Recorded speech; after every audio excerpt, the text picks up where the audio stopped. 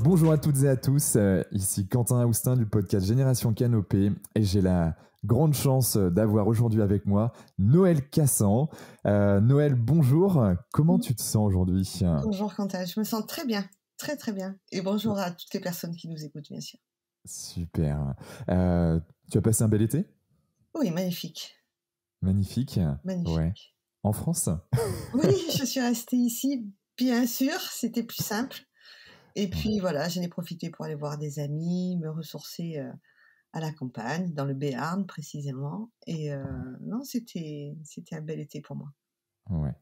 Ouais, c'est des moments de pause où le climat s'y prête bien, du moins en France, hein, au mois de juillet-août, et puis pour prendre du temps pour soi, et puis voir la suite avec plus de sérénité. Ouais.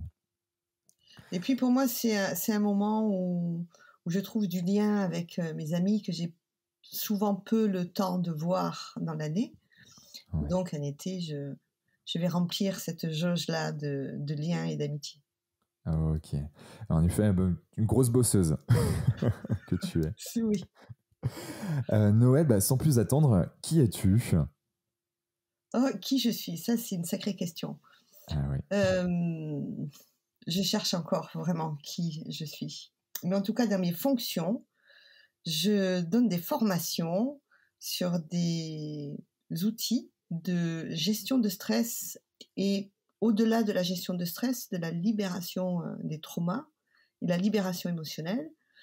Et les outils que j'utilise sont classifiés dans ce qu'on appelle la psychologie énergétique. Et notamment, le plus connu de ces outils, c'est l'EFT. EFT, ça veut dire Emotional Freedom Techniques, Ok. technique de liberté émotionnelle. Ouais. Ok. Ensuite, il y a d'autres outils moins connus, notamment l'AIT, la logosynthèse et des choses comme ça. Mais l'outil que j'enseigne et que j'utilise beaucoup, que ce soit dans mes accompagnements de coaching ou autres, c'est vraiment l'EFT. Hmm. Ensuite, j'ai un institut de formation, donc voilà, je donne des formations, je reçois en cabinet. Et puis, j'ai vraiment à cœur de faire connaître cet outil fantastique qu'on peut utiliser aussi bien avec un praticien qu'un auto-traitement. Et ça, ça fait aussi toute sa force. Yes.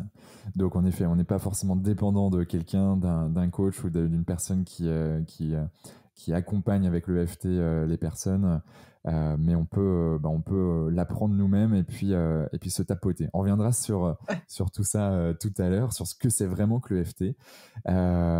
Ok. Et donc tu accompagnes où? Un peu sur Montpellier, un peu sur Paris, un peu du Oui, je côté de suis sur Toulouse. 3 lieux.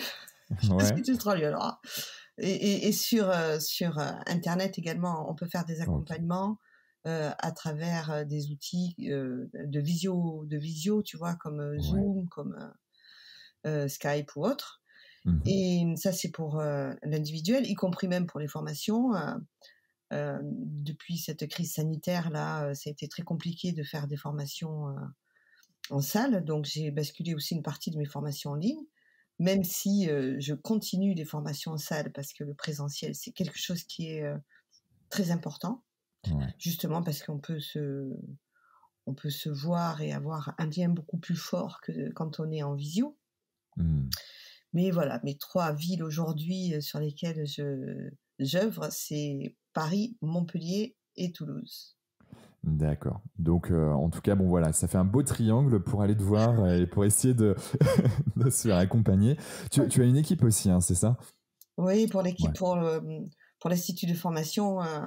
il y a toute une équipe avec moi et de toute façon, je crois que tout seul, on va pas bien loin, quoi. Ouais. Ouais, ouais. Surtout quand on est un minimum j'ai envie de dire ambitieux et envie d'impacter le plus possible justement notre entourage ou les personnes qui en ont réellement besoin. C'est vrai qu'à plusieurs, c'est quand même beaucoup plus fort. Mais j'ai eu vraiment un choix à faire il y a pas très longtemps. Enfin, il Ouais. y a pas très longtemps, il y a, je sais pas, 2 ans, hem, où j'arrivais plus à tout faire. Parce que quand on a un institut de formation, il y a beaucoup d'administratifs à faire. Allez, ouais. Et au-delà de ça, on a absolument besoin nos clients ont absolument besoin de pouvoir joindre quelqu'un. Mhm. Et quand je suis en train de former ou quand je suis avec un client, je ne peux pas répondre au téléphone. Donc, assez vite, on s'aperçoit que tout seul, on peut pas faire. On peut faire. J'ai un ami qui était kiné, il était enfermé dans son cabinet de 8 heures du matin à 8 heures du soir.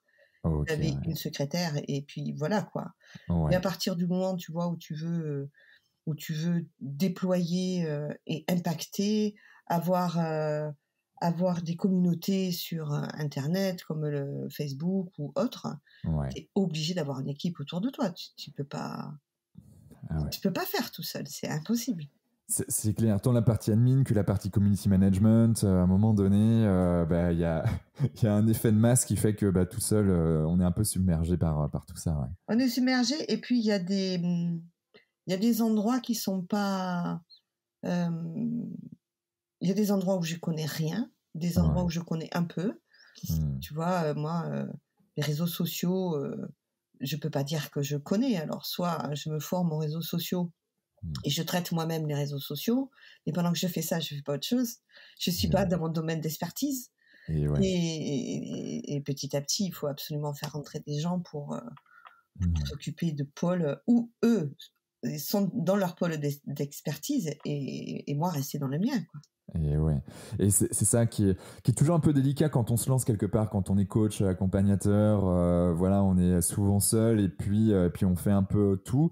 Et puis à un moment donné, il y a un petit décollage qui se fait et là on se dit bon bah ok, hop, je réinvestis une partie de mon argent dans une personne qui va s'occuper du community management, des réseaux sociaux et puis une autre personne dans l'administratif et puis hop, gentiment on va C'est pouvoir se ça, déployer et puis s'éclater parce qu'en fait ben, plus toi tu vas t'éclater dans ton métier, ben, plus derrière ben, tu vas avoir des résultats, tu vas pouvoir toucher plus de monde et puis c'est vertueux. Ouais.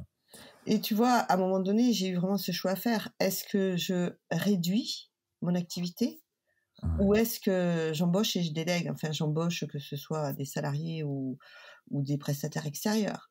Mais à un Ouais. moment donné, je me suis dit: je peux pas rester à l'endroit où je suis». Je Mm. travaillais énormément, les résultats étaient moyennement satisfaisants, en tout cas pour moi. Ma qualité de vie s'est complètement dégradée et Ok. je me suis dit: «Je peux pas absolument pas rester là» et j'ai 2 possibilités. Ou je supprime des choses, j'abandonne ça et ça et je me Mm. cantonne à ça et ça, Ouais. ou bien j'agrandis l'équipe, et d'une manière très significative Ouais. et auquel cas je vais pouvoir continuer à déployer, ce qui me tient à cœur.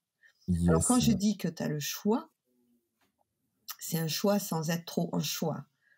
C'est-à-dire que, hem, je suis quelqu'un qui aime créer des communautés Ok. et donc abandonner tout le pan de faire connaître le FT, notamment sur la toile, Ouais. vraiment ça me fendait le cœur. Donc je me suis dit: «Bah, si tu veux continuer à faire ça, il faut vraiment, vraiment que tu déploies une équipe maintenant».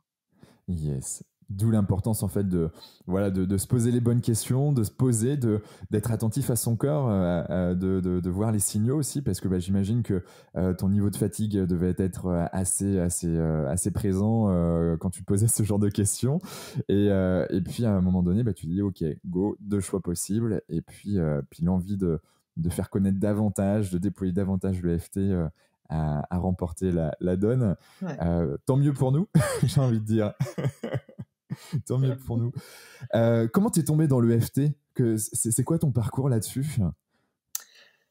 J'ai rencontré le FT, lors d'un stage que je faisais lors d'une formation Ouais. et c'était une formation, où le thème c'était le traitement des phobies Super sujet. et sujet absolument passionnant s'il en est un et il se trouve que à l'époque, j'avais une phobie qui me pourrissait bien la vie comme toutes les phobies, Mhm. qui était, la claustrophobie. C'est-à-dire tout Ok. ce qui est, enfermement m'était insupportable. Oh. Alors ça pouvait être, j'avais des crises de panique Mhm. et ça pouvait être, dans le TGV par exemple. Parce que Ok. tu peux pas descendre quand tu le souhaites. À un moment donné, tu peux vraiment te sentir, piégé. Mhm. Ça pouvait être dans des restaurants. Je pouvais pas m'installer n'importe où, fallait que je sois près de la porte, pas dans des salles trop bondées, sinon je pouvais commencer à me sentir, enfermée et étouffée. Ok. Et les ascenseurs, évidemment, étaient impossibles. Prendre l'avion, c'était même pas envisageable. Enfin, il faut savoir qu'un phobique organise sa vie autour de l'objet de sa peur. Et il fait en sorte d'éviter à tout prix d'être au contact de ce qui lui déclenche cette peur. Donc, c'est une sacrée gestion. Et donc, lors de ce stage, on traite sur les phobies, c'est qui traitait pour se libérer des phobies. Et puis, je suis passée en démo. Et il se trouve que pendant cette démo, on m'a fait de l'EFT et ma phobie a disparu en 35 minutes, je crois. Waouh! Et j'ai fait waouh. J'ai dit, mais ça, c'est dingue. Ah ouais. Et j'ai voulu me former à cette méthode, ce que j'ai fait très, très, très vite. Ouais. Et surtout, quand je dis que ma phobie a disparu, il reste quelques traces parce que quand ton corps est habitué à ressentir de la peur aussi intensément, par exemple face à un ascenseur, même si c'est un peu comme une épine dans le pied, tu vois. T'enlèves l'épine, mais t'as encore mal un peu. Il y a le souvenir de la peur. Et donc, comme ça, on peut faire ça en auto-soin. Quand j'avais à prendre un ascenseur, j'avais comme une espèce de souvenir de peur. J'avais pas franchement peur, mais on peut dire que peut-être j'avais peur d'avoir peur. Ouais, je vois très très bien ce que tu veux dire. Ouais, bien sûr. Et donc, on peut se le faire tout seul. Je me faisais des séances dans l'ascenseur au moment de le prendre. Et il y a un morceau de cette phobie qui est resté pendant 10 ans, ou 15 ans de plus, c'est la peur de prendre l'avion. Mais, comme je savais me faire passer cette peur, je prenais l'avion quand même. Donc, je me faisais des auto-soins avant de prendre l'avion, dans l'avion. Et donc, j'ai pu voyager. Je suis allée au Mexique, je suis allée aux États-Unis, je suis allée à l'île Maurice. Enfin, je peux aller partout sur la planète, même si cette peur est encore un peu là. Mais je crois que j'ai moins peur que les gens qui disent ne pas avoir peur de prendre l'avion. D'accord. Ok. Ah ouais, donc là-dessus, t'as vraiment cranté. Là t'as un gros cap qui est passé. Ah oui, ouais, j'entends des gens qui me disent non, j'ai pas peur de prendre l'avion, mais ils ont quand même une appréhension. Ouais. Voilà, il me reste une appréhension tout à fait absolument gérable, quoi. Ok. Et bah, du coup, donc toi, t'as vu ça, t'as testé, t'as approuvé par toi-même donc cette technique. Tu t'es dit, ok, je me forme. Tu t'es formé pour toi dans un premier temps ou tu t'es dit, non, en fait, ça, je vais l'utiliser avec les personnes que j'accompagne déjà? En fait, je voulais me former à des techniques qui allaient aider les gens dans toute la sphère émotionnelle. J'ai reçu un enseignement, j'ai suivi des études d'ostéopathie et dans le cadre de la thérapie manuelle, on passe par le corps, mais il y a toute la sphère émotionnelle. Et je me suis aperçue qu'il y a des personnes qui ont des problématiques physiques, mais si tu traites pas l'origine émotionnelle, c'est pas suffisant, tu vois. Il y a quelque chose de très complémentaire. Se faire masser, c'est super pour se détendre, mais si tu ne traites pas l'origine du stress, la personne va se retendre et il va falloir qu'elle aille se faire masser très régulièrement pour dénouer ces tensions qu'elle met dans son corps. Et donc, je me disais, et puis pour moi aussi, comment je peux faire pour mieux gérer mes émotions? J'ai découvert il n'y a pas si longtemps que si j'avais à me classifier, je me mettrais dans les hypersensibles. Et une hypersensibilité émotionnelle, c'est-à-dire que je vois énormément de choses, peut-être plus que la moyenne. J'ai une espèce de radar comme ça qui est capable de détecter très vite et très rapidement ce qui ne va pas. Et je ne fais pas exprès, c'est juste mon cerveau qui est comme ça, tu vois. Mais après, il faut le gérer. Et je suis fortement impactée. Je sais pas, il y a des images. Quand on regarde les informations, par exemple, il y a des gens, ils regardent ça. Bon, voilà, c'est triste, mais ça les impacte pas plus que ça. Moi, même enfant, beaucoup de choses m'impactaient beaucoup. Et là, j'ai trouvé un outil pour moi absolument fabuleux. Pour les hypersensibles, c'est un outil merveilleux, merveilleux, Mmh. qui est vraiment accessible à tous. Ouais. Ensuite, quand on veut accompagner des gens, Mmh. là, on se met en tant que professionnel de l'accompagnement et évidemment qu'il faut une formation sur l'outil, quoi. Ouais, que tu délivres. Ah non, bien sûr, bien sûr. Ouais. J'aimerais qu'on fasse un petit parcours sur un petit parcours ou un retour en tout cas sur les émotions. Parce qu'en fait, les émotions, bah, c'est en nous. On en a tout le temps, à plusieurs niveaux, à plusieurs échelles. Et puis voilà, on passe d'une émotion à une autre. C'est indispensable, c'est naturel. Euh, mais tu vois, là, j'étais dans un grand groupe de BTP ce début de semaine avec des CODIR, comité de direction. Et à un moment donné, je suis parti sur les émotions parce qu'on était sur les facteurs humains en entreprise. Et, euh, et là, il y avait des personnes qui probablement allaient rentrer dans le top 10 de chez Vinci dans les 10-20 prochaines années. Et quand on est arrivé sur les émotions, j'ai vu les têtes se baisser. Voilà, je commençais à leur poser des questions, à expliquer un peu ce que c'était que les émotions. Mais on sentait que c'était un sujet quand même loin d'être évident, surtout en entreprise.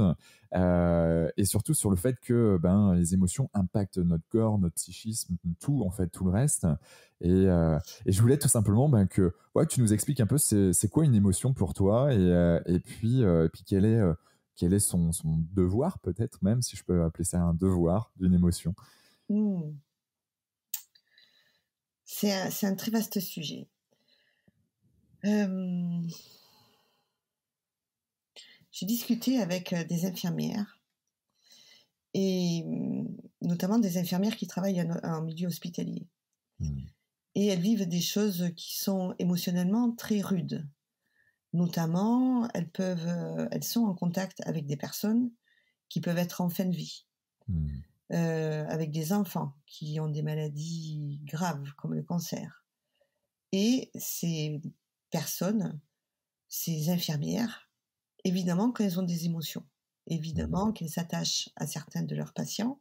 Bien sûr. Il y a un lien qui se crée, ça peut être un lien, d'amour, d'affection et c'est difficile de ressentir ces émotions quand, par exemple, un de tes patients que tu aimes beaucoup vient à mourir. Mm. Et comme c'est très douloureux, il faut gérer cette douleur, il faut gérer cette souffrance. Et quand on n'a pas d'outils, il faut bien s'adapter. Et un des réflexes, c'est de se dissocier, c'est de ne plus vouloir ressentir. Et on se coupe de son corps, on se Mm. coupe de ses ressentis. Sinon, on ne sait pas faire. Comment on fait? Quand on ressent de la tristesse, on pleure. Mm. Et l'infirmière, elle ne peut pas passer 2 heures à pleurer dans sa journée, elle a du travail à faire, il faut bien qu'elle soit opérationnelle. Et ouais, Et avec l'émotion, si l'émotion est envahissante, on n'est pas toujours opérationnel.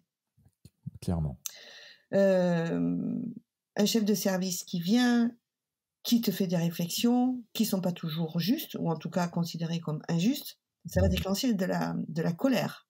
Et ouais. Tu peux pas te mettre à crier contre ton chef de service. Mais tu Euh, prends sur toi. tu prends sur toi, donc tu ne manifestes pas ta tristesse, tu ne manifestes pas ta colère, tu ne manifestes pas tes émotions parce que c'est pas le lieu et parce que les conséquences pourraient être peut-être un licenciement. Alors il faut bien gérer ces ressentis physiques. Une émotion, c'est un ressenti physique. Mm. Comment je sais que je suis triste? Enfin, comment je sais que je ressens de la tristesse? C'est parce que mes ressentis physiques sont très différents de mes ressentis physiques quand je ressens de la colère. Mm. Tu vois? Yes. Ouais. Et donc, une émotion, c'est un ressenti physique. C'est dans le corps, l'émotion. Mm. Maintenant, le déclencheur de cette émotion, le déclencheur peut être interne ou externe. Mm. Externe, ça va être quelqu'un qui me dit quelque chose, par exemple. Et interne, c'est moi qui me dis quelque chose. Il peut y avoir un déclencheur au niveau de la pensée.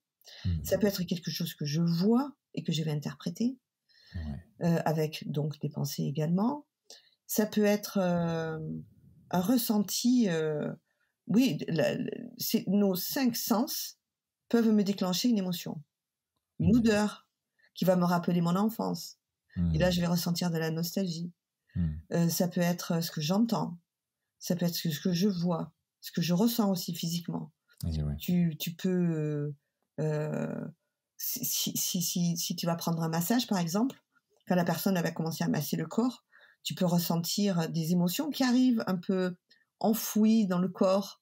Mmh. Il y a des souvenirs qui Et sont ouais. enfouis dans le corps, une mémoire corporelle de certains souvenirs. Et quand tu commences à les brasser, hop, tu vas avoir une émotion qui va apparaître. Donc, on Yes. a plein de déclencheurs. Et dans les entreprises, comme on est là pour être efficace, solide, émotionnellement, psychologiquement, physiquement, Mmh. on a besoin d'une solidité. Les émotions, comme on ne sait pas comment gérer ça, on essaie de les contenir et de ne pas les ressentir. Donc, je ne Mmh. suis pas étonnée que euh, quand tu as affaire à des personnes comme ça qui sont dans des codires et qu'il n'y a pas de place pour l'émotion.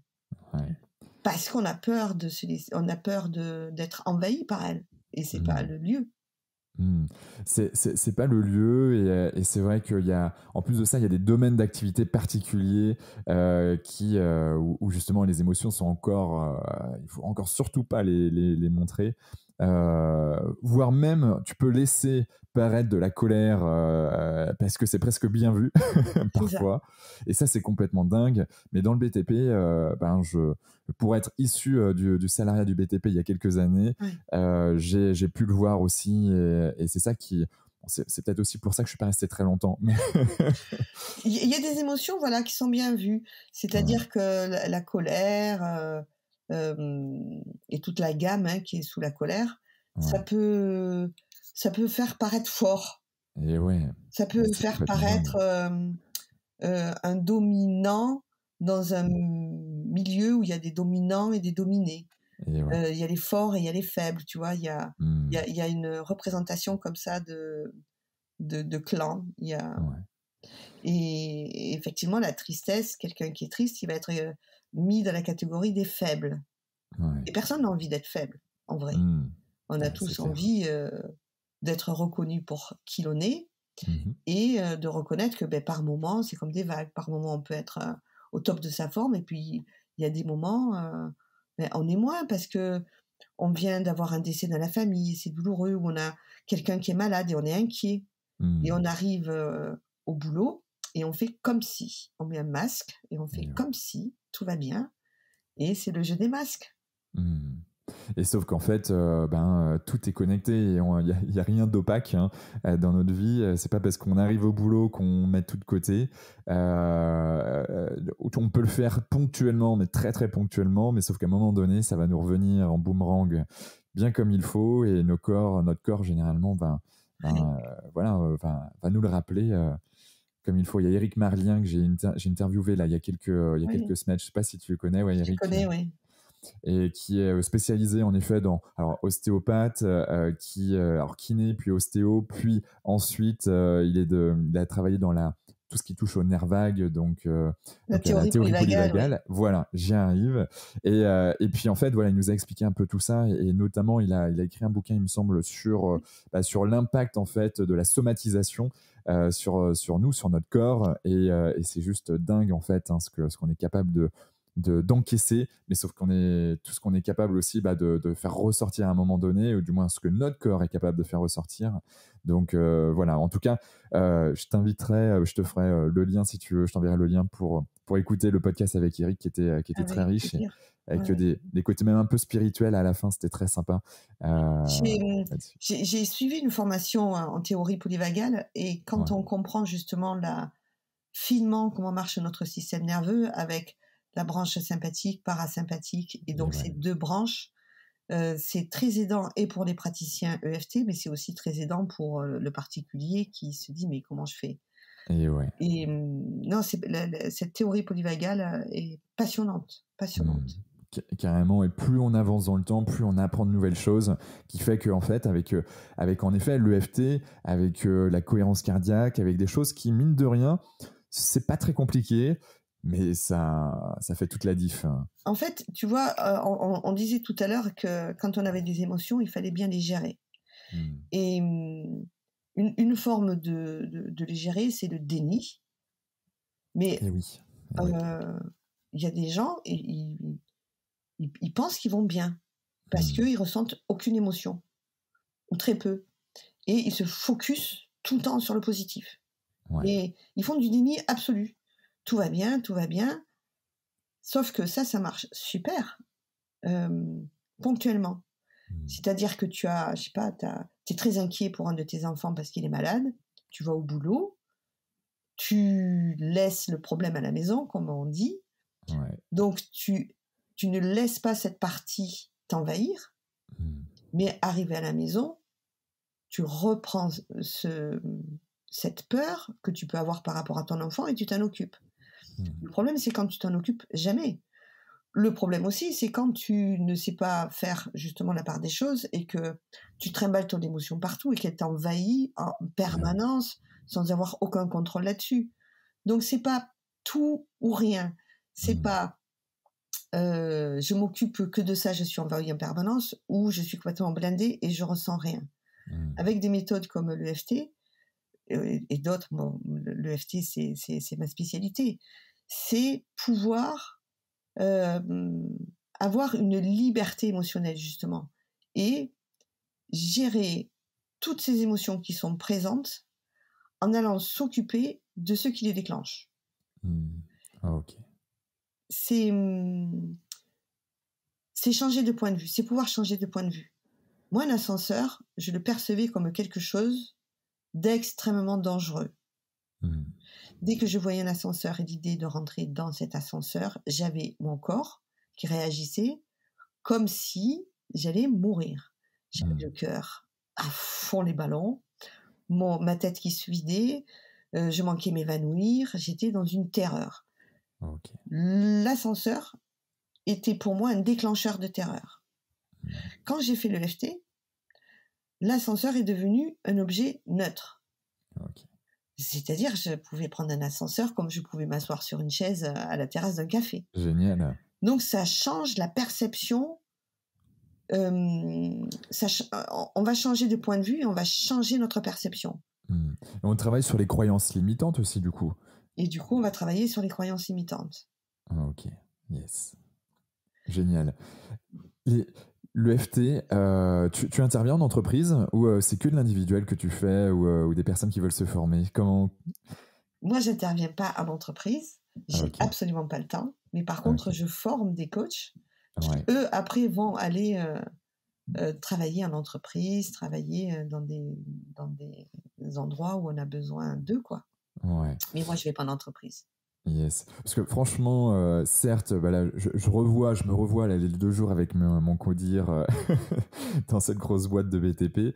Je me dis, mais ça serait d'un côté décalé, mais d'un côté essentiel, et surtout, ils en sortiraient, mais tellement grandi et avec une vision et un management qui serait complètement différent en fait à l'issue de ça. Donc là, il y a ça. Mais il y a aussi un autre point. Moi, j'ai une amie...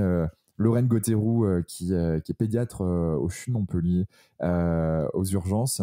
Et comme elle me dit, franchement, on ne sait pas gérer nos émotions, on nous a pas appris à dire, tu vois, des choses. On va rester sur des choses un peu dures, mais voilà, s'il y a un décès d'un enfant, ben en fait, on n'a pas été formé à dire ça, à gérer nos émotions, à se dire, bon, ben ok, nous, on met le maximum de ce qu'on peut pour sauver cet enfant. Des fois, ça le fait et c'est génial. Il y a de la joie, de l'amour, c'est top. Mais des fois, ça passe pas. Et là, je sais que j'étais en colocation avec elle il y a quelques années. Et c'est vrai qu'elle embarquait ça avec elle. Du coup, nous, on l'avait à la colocation. Elle avait besoin d'en parler. Donc, moi, j'étais déjà dans une démarche justement de développement de soi et puis d'accompagnement. Donc, j'avais un certain nombre de bagages qui me permettaient déjà de lui poser certaines questions pour qu'elle aille mieux, mais aussi de me protéger. Mais je me dis que, en fait, elle, elle a pas mal développé, elle a pas mal grandi là-dessus, mais en bouquinant, en se posant des questions, mais au final, c'est même essentiel quand on est médecin, quand on est infirmière, aide-soignante ou que sais-je dans ces milieux-là, mais dans plein de milieux, de devoir travailler sur ses émotions et qui plus est par des outils comme l'EFT. Alors, en fait, tu vois, je te dis que je ne vais pas en entreprise, mais l'entreprise vient à moi. Viens à toi. C'est-à-dire Oui, oui. que justement, les gens que je forme à Ouais. l'EFT viennent et on forme des psychologues, on forme des naturopathes, on forme des chefs d'entreprise, on forme Ouais. des gens, on forme beaucoup de coachs aussi qui Mmh. eux-mêmes après vont en entreprise. Ouais. Et justement, ça va permettre d'accompagner des personnes en individuel, mais on peut aussi accompagner des groupes avec l'EFT. Et ouais. Donc Génial. c'est vraiment une méthode qui est très, très polyvalente, quoi. Et donc l'EFT, ça se matérialise comment? Comment ça se passe? Dis-moi tout, parce qu'on en parle de l'EFT, mais concrètement, c'est quoi l'EFT? Alors l'EFT, pour le pratiquer, Ouais. c'est relativement, simple à comprendre. On va demander à la personne de raconter, de dire ce qui lui pose problème, Mmh. d'y penser et de se replonger dans ce problème.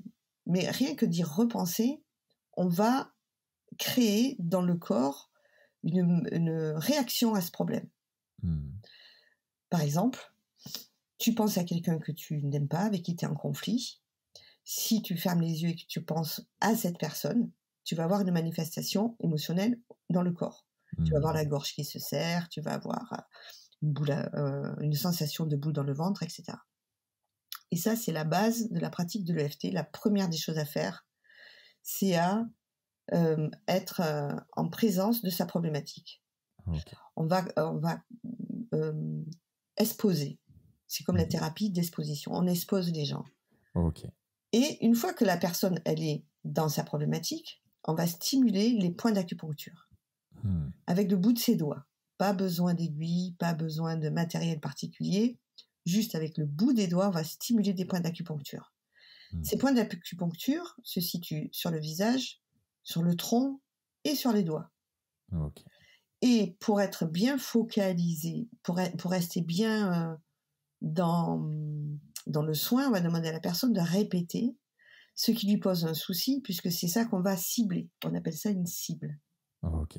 Et quand on fait plusieurs passages comme ça de stimulation des points, quand on est euh, euh, focalisé sur la problématique, petit à petit, la problématique diminue d'un certain point de vue. Notre point de vue sur la problématique, je vais dire comme ça, notre point de vue sur la problématique va diminuer, on va changer de point de vue, on va se dire mais c'est pas si grave, on va prendre du recul, ce qu'on dit, Mmh. il faut prendre du recul. Moi je veux bien prendre du recul, mais comment on fait? Et ouais. Et avec cette pratique, justement, le recul, petit à petit, se fait quasiment seul, juste le fait de stimuler les points. Moi, j'adore les 4 accords Toltec, mais il y en a un Mmh. qui est super compliqué. Ne pas en faire une affaire personnelle. Mmh. Mais comment je fais pour pas en faire une affaire personnelle? Il m'a dit quelque chose, ça m'a impacté, ça m'a troublé, je ressens de la colère, je trouve que c'est injuste, donc ça m'agace. N'en fais Mmh. pas une affaire personnelle. Et c'est une injonction qui est magnifique, mais comment on Ouais. fait? Et ouais. Comment fait-on? Eh ben, moi, j'ai la solution, c'est tapote tes méridiens d'acupuncture en repensant à ça et tu vas voir que tu vas prendre un recul psychique et corporel. Tes émotions vont s'apaiser. Mmh. On a longtemps, on a vu que ça marchait, on ne comprenait pas pourquoi ça marchait. OK. Et le créateur de cette méthode, Gary Craig, a donné une explication qui n'en est pas vraiment une. Il nous dit que toute émotion négative est due à une perturbation dans notre système énergétique, à savoir le système énergétique des méridiens d'acupuncture. OK. Bon, c'est joli, mais comme on n'a pas encore pu photographier ou filmer un méridien dans lequel l'énergie circulait correctement ou pas, on ne peut pas savoir si c'est vrai, c'est scientifiquement vrai ou pas. OK. Mais même si c'est qu'une simple métaphore, je la trouve fantastique.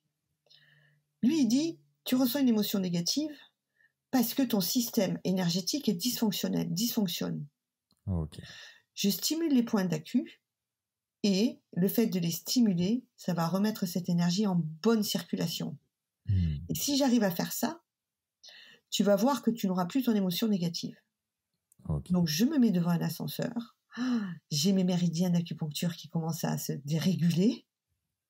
Je stimule mes points d'acupuncture, je Ouais. régule mon système énergétique et je m'aperçois que, waouh, cet ascenseur ne me fait plus peur. Ok. Puis on a des personnes qui ont fait des recherches et qui sont encore en train de faire des recherches et qui se sont aperçues que ça apaisait la réaction de cette glande qu'on a dans le cerveau et qui s'appelle l'amygdale. Ok, ouais. Cette amygdale, dans le cerveau, elle sonne l'alerte quand il y a un danger. Donc moi, mon amygdale, quand j'étais face à un ascenseur, me hurlait que c'était très dangereux de rentrer dans cette boîte. Yes. Donc je me mettais à transpirer comme si j'étais face à un danger extraordinaire. Mon amygdale, elle a cru que l'ascenseur était aussi dangereux qu'un tigre prêt à me sauter à la gorge. Ouais. Le fait de stimuler les points d'acupuncture quand j'étais devant cet ascenseur a expliqué à mon amygdale qu'il n'y avait pas de danger. Et il suffit qu'elle l'apprenne une fois, bien souvent, il suffit qu'elle l'apprenne une fois et qu'elle s'aperçoive que il n'y a pas de danger en fait, c'est vrai, il m'arrive rien, Ouais. pour qu'elle en fasse son nouvel apprentissage. Avec les états physiologiques qui va derrière. Et aujourd'hui, je te promets, je regarde un ascenseur comme je regarde une chaise. Ça me fait pareil. Et si par cas, le corps se réactive et ressonne le signal d'alerte alors qu'il n'y a pas lieu, et moi, je savais que c'était pas dangereux un ascenseur avec ma tête. Franchement, on me disait non, mais il te faut pas avoir peur, c'est pas dangereux. Mais je le sais. Mais mon corps, lui, il le sait pas. Mon corps, lui, il s'active. Et on a beau le savoir, c'est pas parce qu'on le sait qu'on le ressent pas. Et on a plein d'images associées à ça. J'étais en voiture et j'ai pris un tunnel là, un peu long.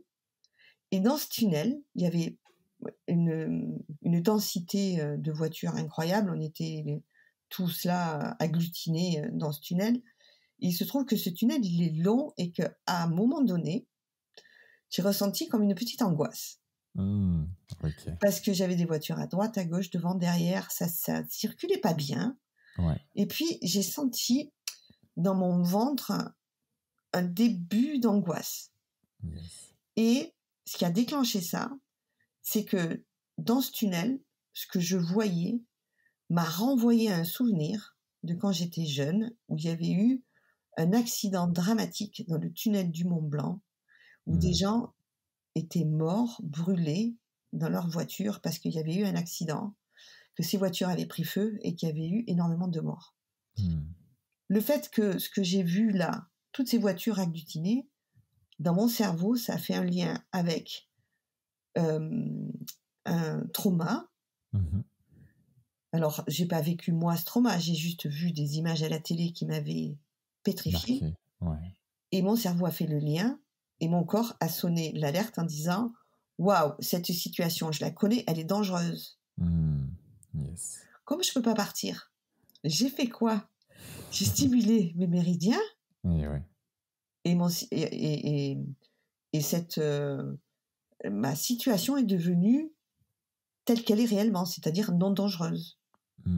Potentiellement dangereuse à 0,000 de la probabilité que ça se reproduise. Donc, je ne nie pas que c'est pas dangereux. Il y a un danger potentiel. Mais la probabilité est tellement faible que je peux l'éliminer, tu vois. Et je comprends complètement. Et c'est ça qui est fantastique. Et donc, du coup, maintenant, toi, tu as ce réflexe de te dire, OK, je suis à l'écoute de mon corps, il y a quelque chose qui commence à t'alerter, hop, un peu de FT, et puis hop, on passe à l'étape d'après, c'est ça. Et ce qu'il y a de merveilleux, c'est que quand tu pratiques le FT pendant un moment, après, il faut juste penser et réactiver cette ressource. Et tu sais que c'est pas dangereux. Ton système d'alerte s'allume. Attention, il y a un danger. Je comprends. Oui, j'ai vu ça à la télé il y a 40 ans. Effectivement. Merci à mon corps de me prévenir que cette situation est potentiellement dangereuse. Mais la vérité, c'est que aujourd'hui, ici et maintenant, il n'y a pas de réel danger. Tu stimules tes points d'acupuncture ou pas. Au bout d'un moment, il suffit juste que tu t'imagines le faire pour que ton corps, de toute façon, il a cette ressource, donc il s'apaise et tu le fais jusqu'à ce que ton corps s'apaise, en fait. Yes. Je reviens pour la première fois, là. T'as ce trauma, t'as cet ascenseur, cette claustrophobie. Ouais. Toi, en 35 minutes, ça y est, c'était bouclé. Est-ce que c'est systématiquement 35-40 minutes ou ça peut être un peu plus long, ça peut être un peu plus court, histoire que les gens puissent comprendre un peu que comment ça se passe et si c'est un peu plus long, c'est normal ou pas? C'est ça. En fait, dans ma façon de penser aujourd'hui, j'ai quasiment sorti tous les mots toujours, jamais, c'est toujours comme ci ou c'est jamais comme ça. Ouais, je comprends. Il se passe que je vais essayer de ne pas donner un cours et de faire synthétique pour que les gens comprennent bien. Après, si ça doit prendre 10 minutes, ça prend 10 minutes. C'est ça, donc ça pourrait prendre 3 heures, tu vois. Ça, ok. Donc, tout dépend l'origine du problème. Okay. Il se trouve que c'est plus simple de faire de l'EFT quand on connaît l'origine. C'est-à-dire, pour reprendre mon histoire de tunnel, je sais que ce qui a déclenché ma peur, c'était ces images que j'ai vues il y a 30 ans avec ce drame qui s'était passé dans un tunnel. Je vais m'exposer à ce souvenir. Et je vais stimuler les points d'acupuncture et ce souvenir ne sera plus un souvenir traumatique, mais un mauvais souvenir. Yes. Il ne déclenchera plus chez moi une attaque de panique. Là, c'était pas une attaque de panique, c'était juste, tiens, je fais le lien entre deux choses. Mais il y a des gens qui peuvent faire des attaques de panique. Yes. Et je me permets juste de faire une micro-coupure. Et c'est vrai qu'un souvenir, en gros, c'est quoi? C'est une image mentale. Alors, certains disent une addition avec les émotions. Moi, j'aime même plutôt dire une multiplication qu'une addition avec les émotions. Parce qu'en effet, plus on augmente les émotions, plus en fait le souvenir derrière va être vif. Et pour faire sens en fait avec ce que tu fais, et ce souvenir qui fait corps, sans faire de jeu de mots avec toi-même, va réveiller des choses parfois très profondes et d'où en fait ce que tu es en train de nous expliquer. Voilà, je ferme la parenthèse. Merci beaucoup pour tes explications si justes. Et en fait, ce qu'on vit, c'est comme un écho, c'est une réplique. Ouais. Mais le problème originel, il est plutôt dans le passé. On a cette amygdale dans le cerveau, mais on a aussi une partie du cerveau qu'on appelle l'hippocampe et qui, elle, stocke toute ta mémoire, tout ce que tu sais. Qu'elle soit positive, négative, tout ça, on s'en fiche un peu, c'est juste des événements et c'est stocké. Et ton cerveau, quand tu es en train de vivre une situation, spontanément, ton système nerveux regarde si tu es en sécurité ou pas. 24 heures sur 24, on analyse l'environnement, je suis en sécurité, je suis pas en sécurité, je suis en sécurité, je suis pas en sécurité. Et à partir du moment où ton cerveau va aller chercher dans ton hippocampe, dans ta boîte d'archives, si on connaît ça et si c'est dangereux ou pas. Ouais. Et donc là, j'étais dans mon tunnel et mon système nerveux a fait son job. Cette situation, je la connais, c'est dangereux ou pas. Et pendant un moment, ça me faisait non, c'est pas dangereux, c'est cool, non, c'est pas dangereux. Okay. Et le fait que ça dure, que de temps en temps on était à l'arrêt, qu'il y avait des camions, que c'était encore long pour sortir. Tout d'un coup, dans ma boîte d'archives, c'est venu sortir ce souvenir. Ah, attention, oui, c'est potentiellement dangereux en fait. Ouais. Et d'aller...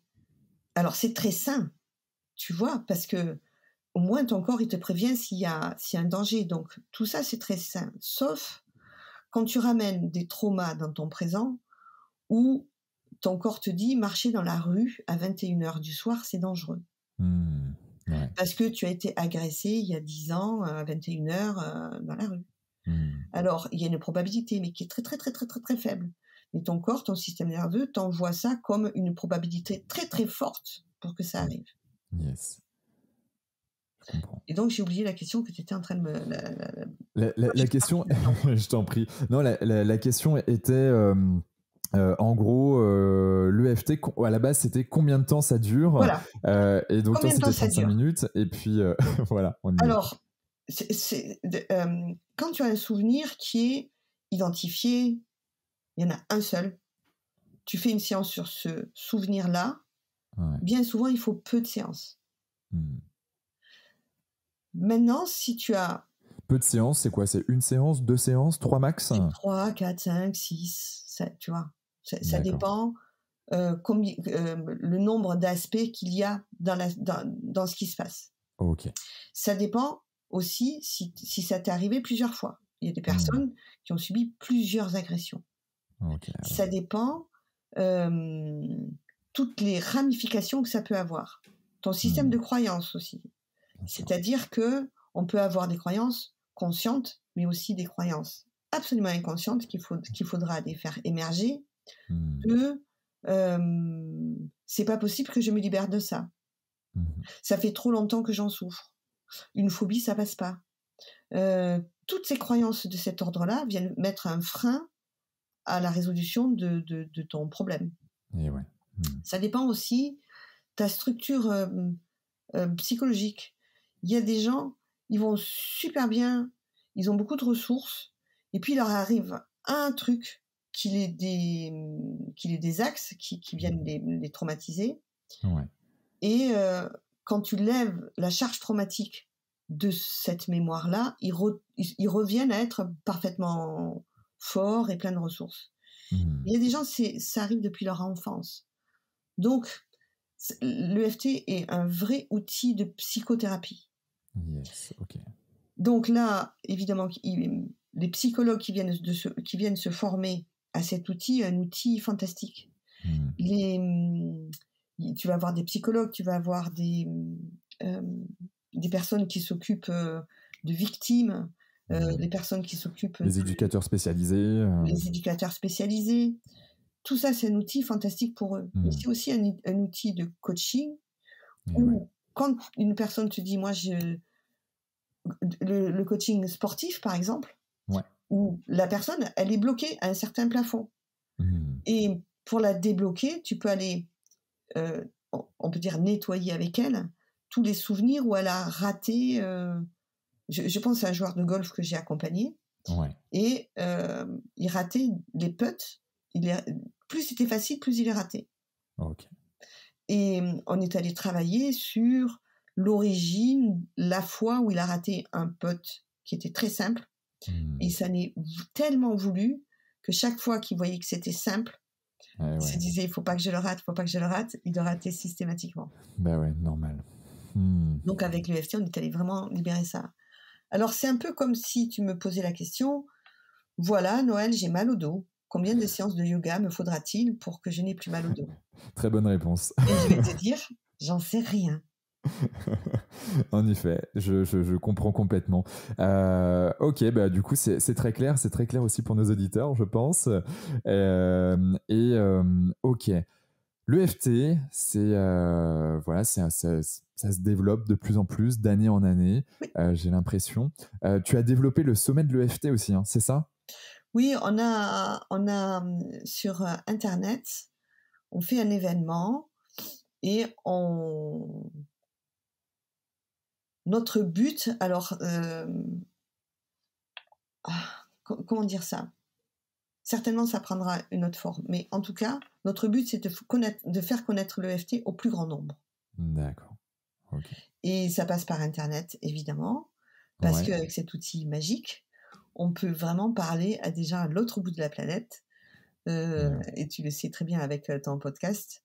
Et on peut être écouté de partout. Donc, il y a cet outil Internet dont je me sers pour faire connaître l'EFT. Ouais. Yes. Ça dure combien de temps? C'est une semaine, c'est ça? Une semaine, peut-être plus, peut-être un peu moins. Oui, c'est ça. Il y a une semaine où on en parle. Mais comme je te dis, on va certainement modifier ça. On va voir comment on fera. Mais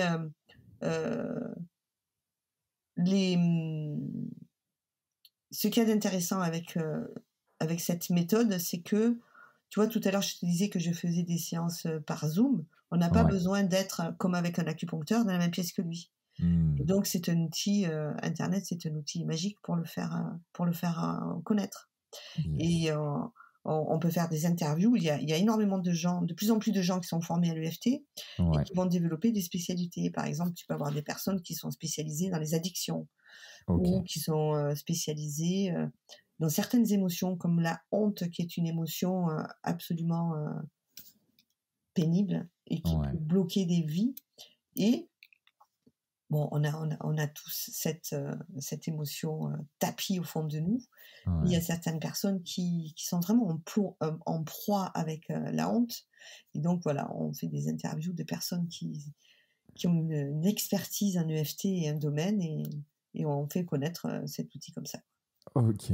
Bah, génial. Le sommet, est-ce que bon ben voilà, c'est en train d'évoluer. C'est généralement début d'année, fin d'année. Non. C'est au mois de mai. Ok. Donc, en tout cas, on mettra tous les liens pour pouvoir s'inscrire à la newsletter qui nous permettra de savoir quand est-ce que sera le prochain sommet de l'EFT et puis sous quel format il aura. Ça, je mettrai ça bien évidemment. En allant hier sur le site internet, de souvenir, c'était un zèbre. Là, vous avez changé de logo, c'est ça? On va changer le logo, ouais. Ouais, ouais. Ouais, d'accord. On travaille autour de cette idée. Ok. Et je me suis posé la question du pourquoi du zèbre dans l'EFT. C'était un clin d'œil à ce qu'on appelle les HP, qu'on appelle aussi Ouais, les zèbres. je Et, m'en doutais, mais je voulais avoir la réponse. et puis, c'est un logo qui est sorti un peu comme ça. On parlait des zèbres et on s'est dit, putain, on va le mettre en logo. Ok, d'accord. Ok, bah, j'ai réponse à ma question, ça me va. Tu m'as parlé aussi, et en allant sur ton site internet, noelcassan.fr, Point com. .com, ok. De toute façon, je mettrai tous les liens dans les notes du podcast avec ben voilà, ton site internet, donc www.noelquinsan.com, que tu formais à l'AIT. L'AIT, c'est la thérapie intégrative avancée. C'est quoi cette thérapie? C'est une thérapie qui a été développée par Asha Clinton, qui est une américaine. Ouais, Et pour moi, c'est une méthode qui est vraiment complémentaire avec l'EFT. ok. Donc l'EFT, on tapote, on stimule des méridiens d'acupuncture. Ouais, Et avec l'AIT, on va poser la main sur nos différents chakras.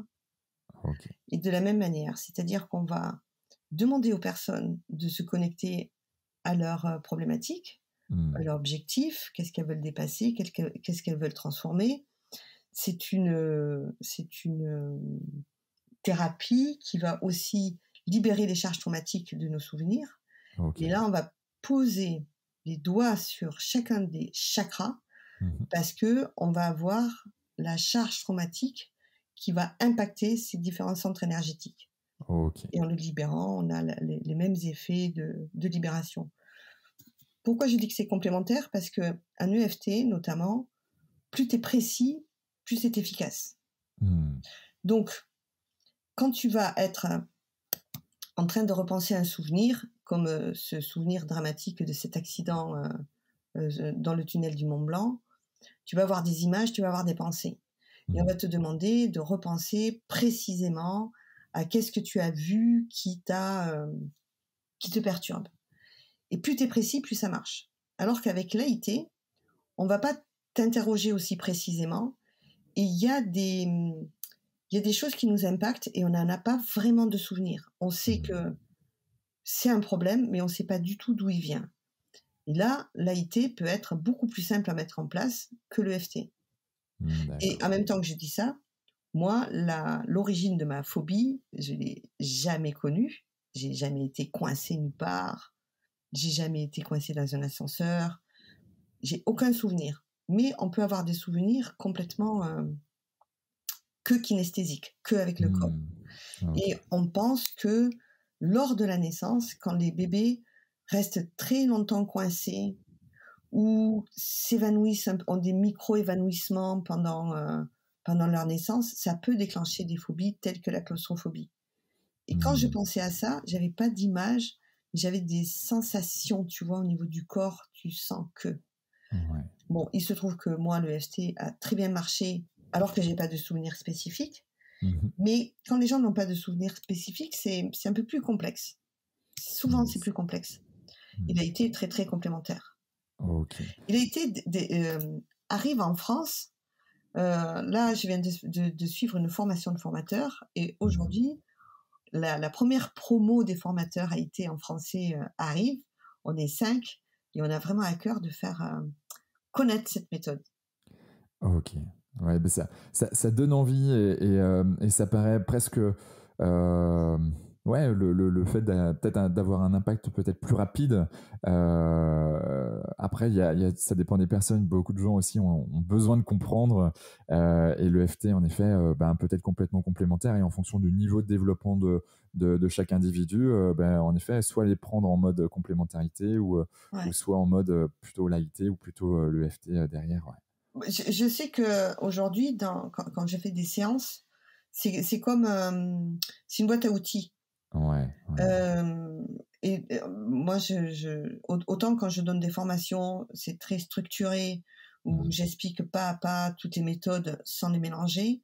Autant quand je travaille avec quelqu'un, je, je fais une cuisine interne, hein. Et ouais, mais ça, on est d'accord. Et c'est comme ça, justement, de par ton expérience, du fait Ouais. que tu sais que ça va marcher avec telle ou telle personne, et tu vas le sentir, tu vas le mettre en place, et c'est comme ça que tu auras des résultats plus avancés directement. Ouais. Ah ouais, tout à fait. C'est Euh, exactement ça. Yes, génial. Bon, en tout cas, ça me permet de voir en fait différentes dimensions et qui fonctionnent et qui sortent pas non plus du chapeau de n'importe qui. Ça a été validé, ça a été utilisé par centaines, potentiellement des centaines de milliers de personnes Ouais, oui. aujourd'hui. Donc ça, c'est juste génial. Je reviens vite fait sur la liberté. Beaucoup de hauts potentiels aussi ont un gros besoin de liberté.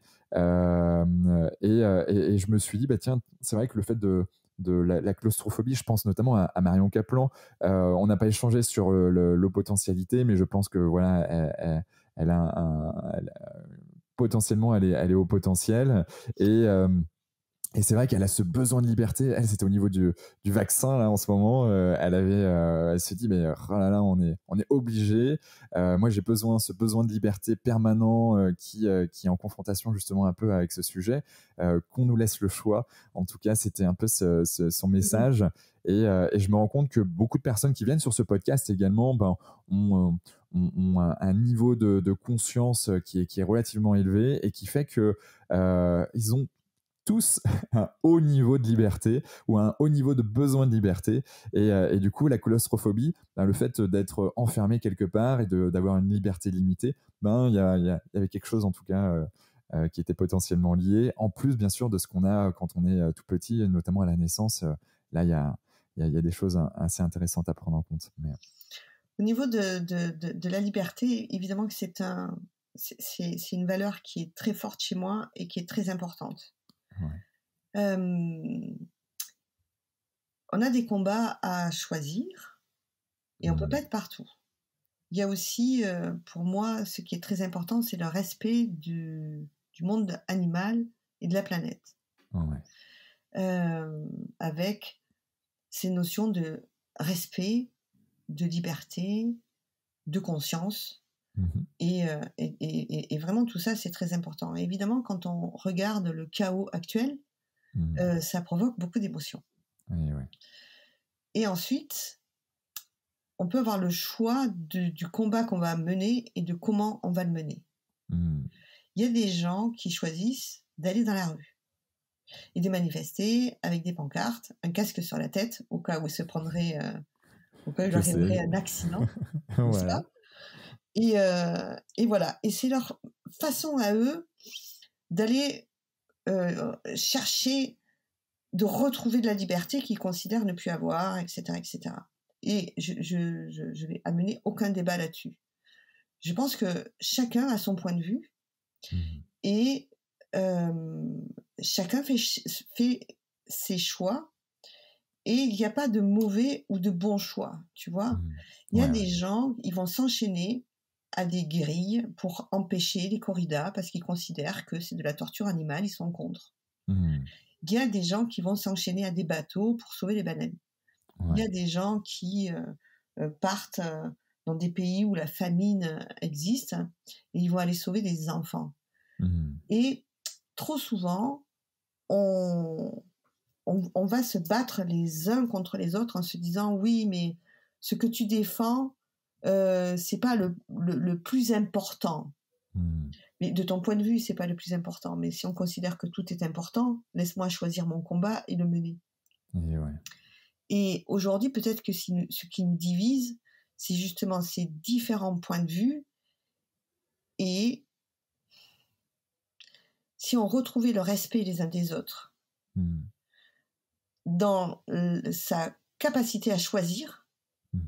ce que l'on fait et ce que l'on ne fait pas, peut-être qu'il n'y aurait rien à combattre.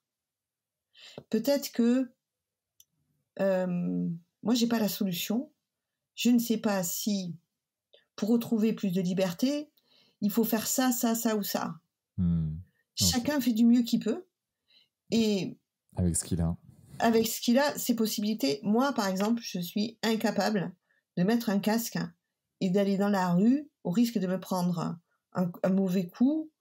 Je Mmh. ne peux pas faire ça. Je suis pas, c'est pas mon combat. J'ai Mmh. une autre manière de combattre qui va être d'apporter. Moi, je suis plutôt l'infirmière, tu vois, Ouais. qui va aller apporter un outil pour que les gens se sentent mieux et puissent aussi gérer la frustration que cette époque emmène, nous fait vivre. Tu Mmh. vois, sœur Emmanuelle, elle disait un truc qui je trouve absolument fantastique. Elle disait, venez pas me chercher pour combattre la guerre, Mmh. venez me chercher pour défendre la paix. Et moi, je suis plutôt dans cette lignée-là, où je vais défendre la paix, et pour défendre ça, je ne vais pas prendre des armes. Je Mmh. ne vais pas combattre la guerre avec la même énergie de guerre. Mmh. Ouais. Mais je ne critique pas les gens qui le font. Mmh.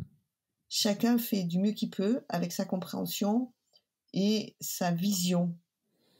Et ouais. Et si on est né avec le libre arbitre, eh bien, il est mis en œuvre, le libre arbitre. Mmh. Je comprends complètement. Pas plus tard qu'hier soir, là, j'avais un rendez-vous prospect avec une personne qui. J'ai une entreprise dans la qualité, l'hygiène, la sécurité et l'environnement où en fait, on accompagne beaucoup moins les entreprises, mais plutôt les individus, notamment ceux qui s'occupent de la QHSE, donc en gros ceux qui s'occupent de la santé, sécurité au travail dans les entreprises, qui sont en fait dans un état pas forcément au top, et pourtant c'est eux qui s'occupent de ça dans leur entreprise malheureusement. Et justement, cette personne-là, elle me dit, Vanessa, elle me dit, bon, mais Quentin, bon, j'ai vu ton programme et tout, ça a l'air d'être bien, etc. Mais j'aimerais te poser une question parce que euh, là, je suis dans une entreprise, l'entreprise a 70 ans, dans la chimie. On est une petite boîte, on est 25-30 collaborateurs, mais c'est à l'ancienne. Et typiquement, pour se faire entendre, mon boss me dit, il faut taper du poing, il faut gueuler, et c'est comme ça que ça va passer. Et sauf qu'elle me dit, mais moi, je fonctionne pas comme ça. Est-ce qu'il a raison ou est-ce que mon mode de fonctionnement n'est tout simplement pas adapté à cette entreprise?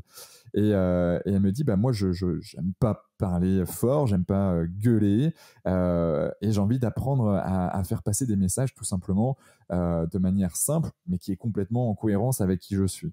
Et clairement, notre philosophie, et de par ce qu'on a pu apprendre à l'Institut des neurosciences appliquées, et même de notre philosophie, que toi et moi, je veux dire, si on est là tous les deux, c'est qu'on a aussi un mode de fonctionnement, en tout cas sur certaines briques similaires. Et notre mode de fonctionnement, c'est aussi d'être plutôt dans l'accompagnement, de faire réfléchir, de faire avancer, mais pas par le fait de gueuler ou d'être au combat, dans du moins ce type de combat-là.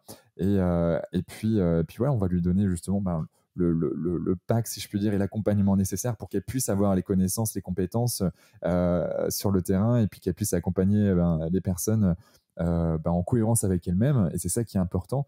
Mais là, il y a des problématiques, justement, et on est dans un mode assez intéressant parce que la Covid a accéléré certains modes aussi du fait que il y a eu un sorte de game changing sur le fait de on redistribue les cartes, il y a du télétravail, il y a du management qui est complètement différent, il y a des nouvelles générations qui eux c'est la liberté et puis surtout le fait de gueuler sur quelqu'un ça fonctionne plus du tout en entreprise et donc là je trouve qu'il y a un mode qui est assez intéressant à prendre en compte, mais qui fait complètement sens avec ce que tu viens de nous dire.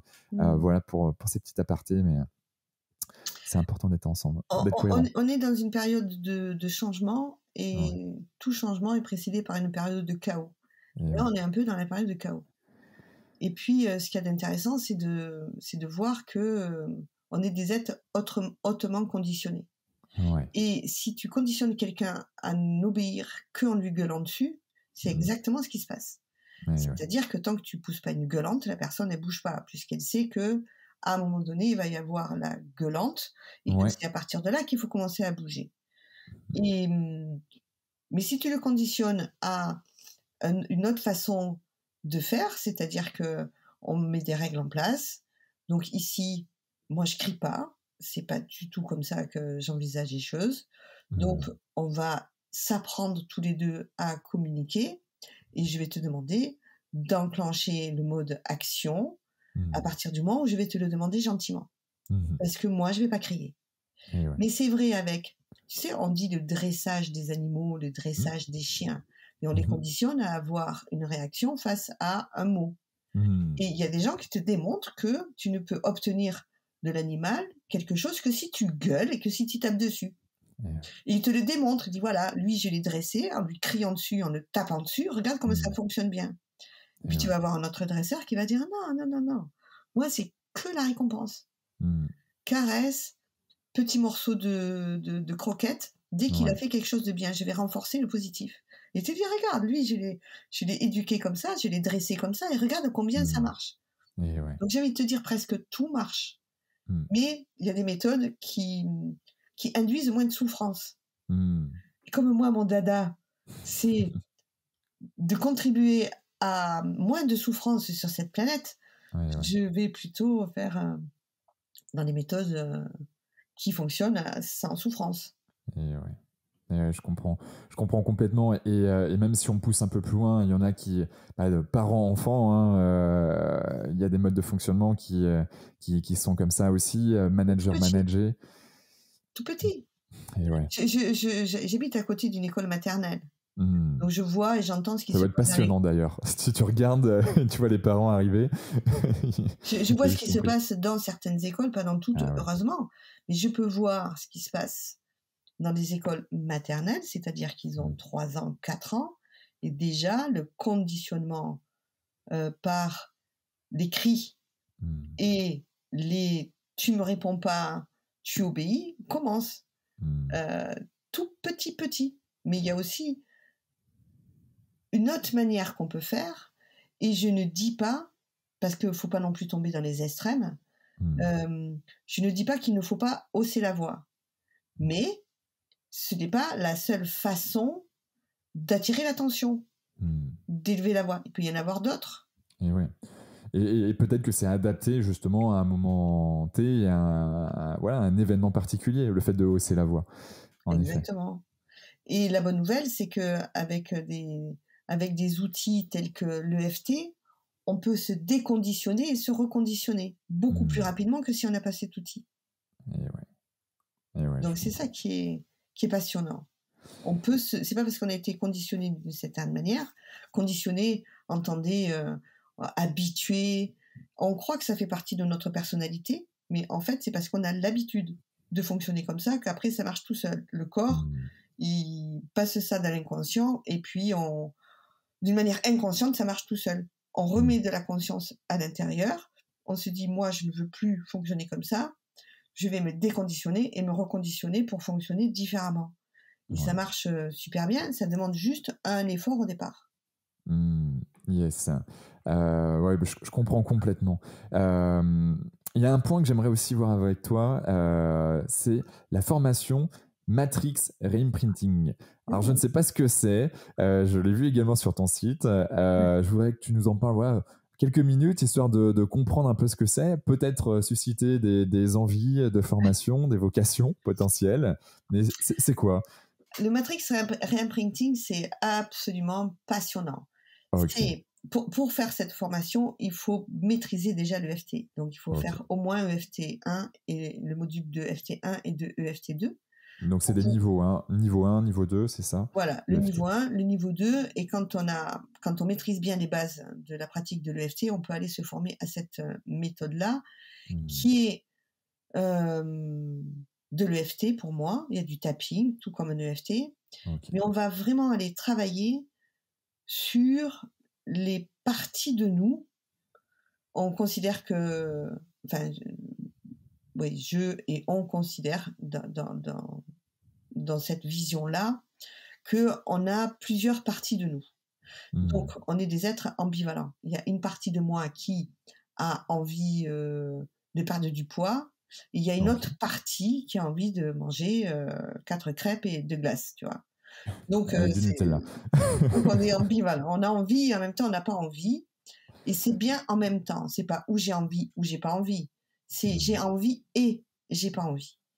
Et avec la méthode de Matrix Reimprinting, même si on le fait quand même en EFT, mais on le fait d'une manière spéciale, on va aller s'adresser aux différentes parties de nous et on va aller les libérer de hmm. ce qui les coince dans un état où elles se sont figées.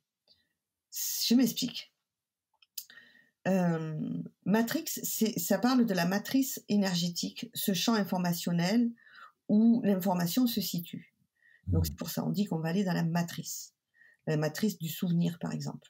ok. Je vais repenser à un souvenir qui m'est arrivé à l'âge de 8 ans.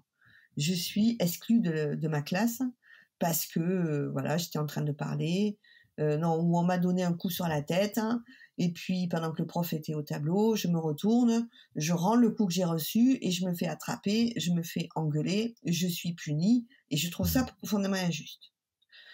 Quand on va se remémorer l'événement, on peut revoir l'enfant qu'on a été au moment de l'événement et on peut revoir cette partie de nous.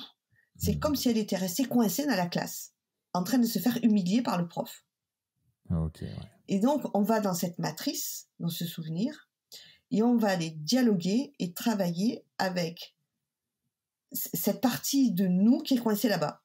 Hmm, Et on va la d'accord. sortir de là-bas.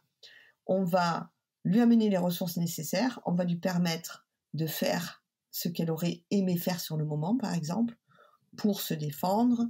Dans cet imaginaire-là, on va finir la scène d'une manière différente.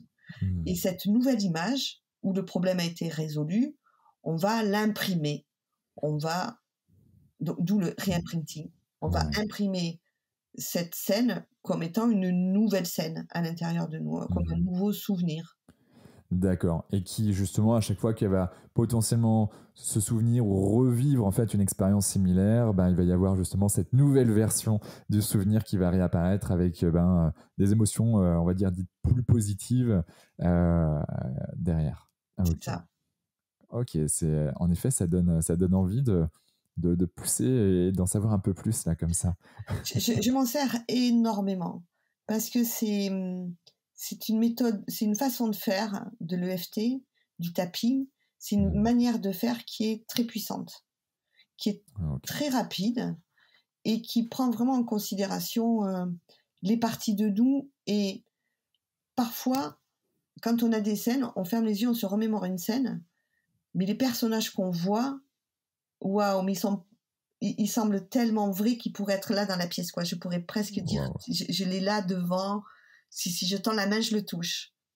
Et quand Hmm. c'est le cas, ça serait, c'est une méthode de travail Ouais. qui est idéale, quoi. Donc je m'en sers beaucoup. Ok, donc un mixte entre les trois types de formation, C'est ça. l'EFT, la matrix reimprinting, l'AIT. Ouais.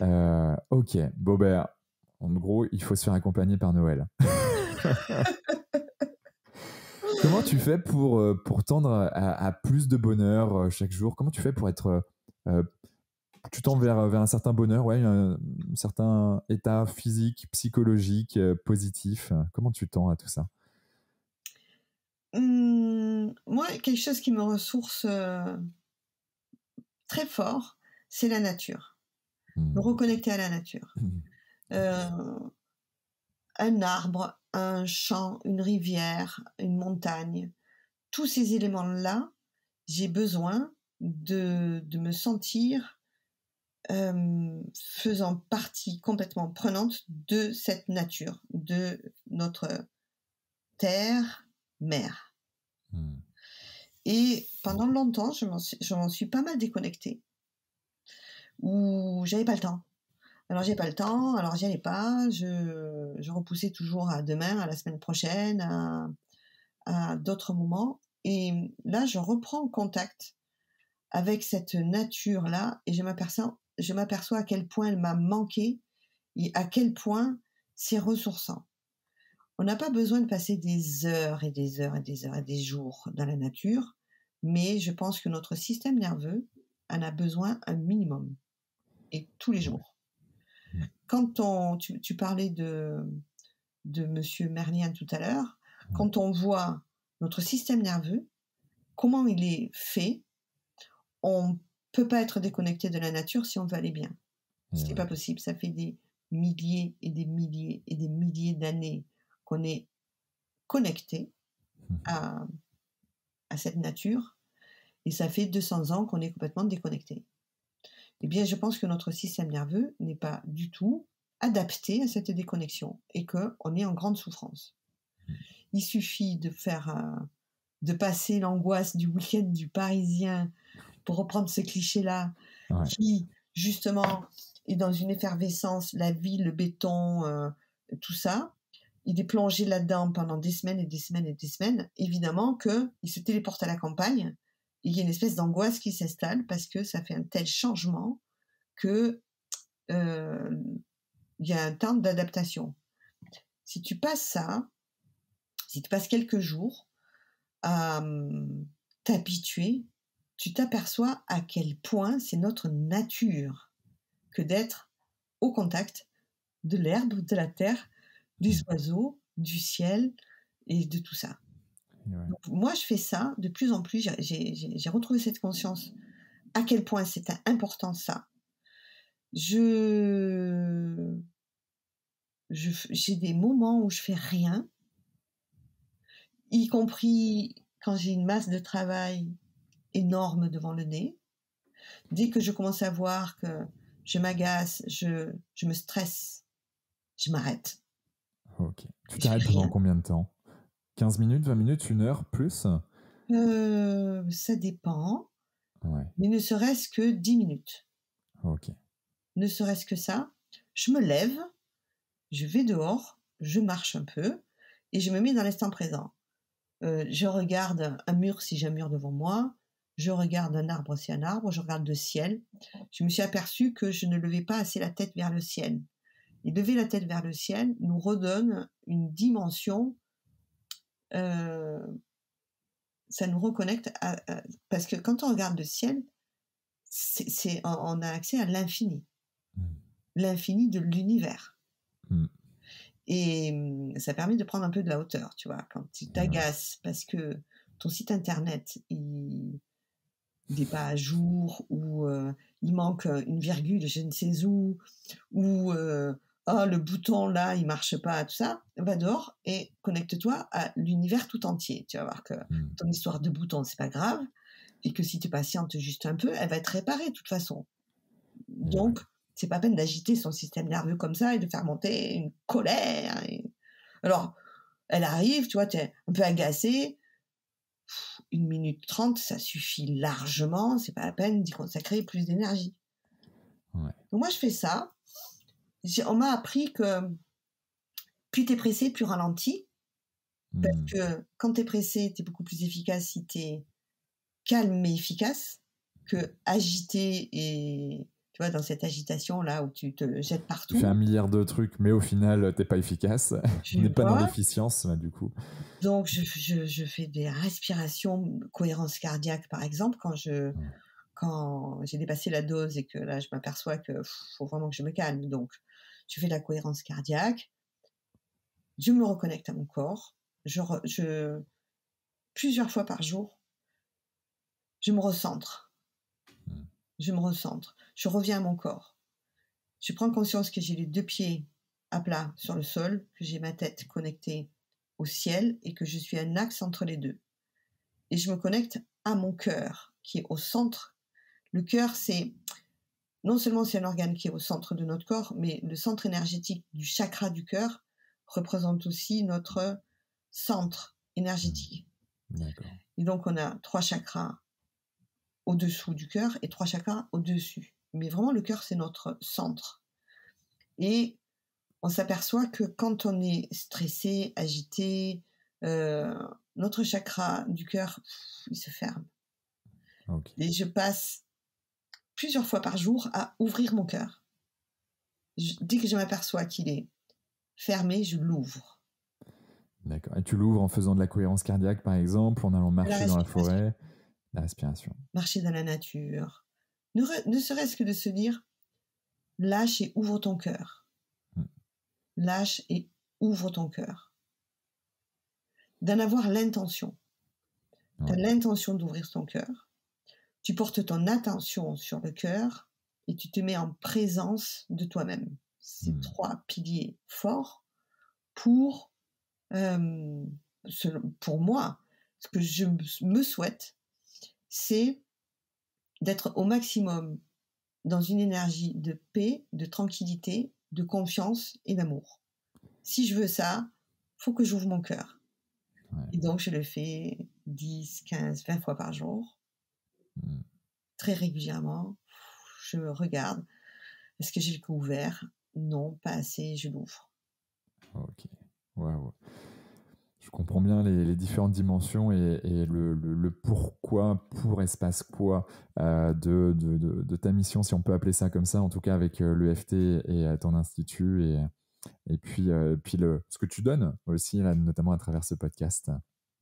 Et puis, c'est quelque chose que je vais faire, même si je veux déployer une énergie parfois, c'est pas vraiment de la colère, mais parfois, pour faire bouger les choses, il faut y aller avec une énergie forte, peut-être en haussant un peu la voix pour dire, c'est comme un territoire que tu vas défendre, pour dire ça, c'est pas OK. Et l'idée, c'est de pas y aller, oh ben ça, c'est pas OK, hein, s'il vous plaît, monsieur. C'est clair. Tu comprends. On est d'accord. Il faut y aller avec une énergie, avec force et détermination. Et on peut y aller aussi le cœur ouvert. Bien sûr. Force, détermination et dire ça, tu vois, ça, c'est pas OK. J'attends le colis depuis tant de temps, ça fait 3 fois que j'appelle, maintenant ça suffit, je veux parler à un responsable. Je ne raccroche pas tant que j'ai pas un responsable. Et tu y vas avec une énergie forte. Mais ça ne veut pas dire une énergie de colère et de haine et de contre. Et tu vas voir ce que je vais leur passer comme ça. Ça, moi, en tout cas, j'ai envie de le voir disparaître. De le voir disparaître, s'atténuer dans ma vie. Donc, je fais un travail là-dessus. Maintenant, j'ai pas la solution. Moi, les gens, ils font ce qu'ils veulent. Tu me demandes comment moi, mais bon, on n'est pas obligé de faire ce que je fais. Hein. Non, mais en tout cas, ça permet d'avoir des points de vue différents et des façons de faire différentes. Et puis après, encore une fois, et ça, je pense, je ne le dirai jamais assez, mais il faut expérimenter, il faut tester, il faut avancer et puis être à l'écoute de soi, de ce qui est bon pour soi à l'instant T également. Exactement. Et il existe plein de chemins. Donc ça, c'est un chemin, il en existe d'autres. Et on a des choix en permanence à faire. Ah oui. tout le temps en permanence et c'est vrai que si on prend à droite plutôt qu'à gauche, ben, c'est clair que ça sera pas la même, mais en tout cas ça sera le meilleur chemin qu'on aura pu prendre, en tout cas avec ce qu'on avait comme bagage sur le moment. Je reviens alors, avant de partir sur cette question là que j'aime beaucoup aussi, mais quelle est ta journée type, si tu en as une, ou en tout cas quelles sont les briques de ta journée que tu as systématiquement, de ton lever à ton coucher? Est-ce qu'il y a des questions types que tu te poses? Alors, tu nous as évoqué en effet le fait d'ouvrir ton cœur plusieurs fois par jour. Ça, c'est good et merci de nous avoir partagé ça. Mais est-ce que dès le matin, il y a des petites choses que tu fais? Je sais pas, tu vas aller marcher, tu vas faire du sport, tu vas boire un thé vert. Est-ce qu'il y a un truc systématiquement que tu fais? J'ai pas beaucoup de rituels. Ouais. J'en ai pas assez. Par moment, j'y arrive mieux que d'autres, tu vois. Ouais. Je suis pas très en place avec des rituels qu'il faudrait faire et tout ça. Alors, j'ai toute la théorie, mais si je suis très sincère au niveau de la pratique, Ouais. je suis pas très fortiche. Je me déplace beaucoup. Je vis vraiment avec ma valise au bout de la main. Donc, je suis obligée de m'adapter selon les lieux où je suis. Si je suis chez quelqu'un, si je suis chez moi, si je suis à l'hôtel, si je suis dans un Airbnb, blablabla, blablabla.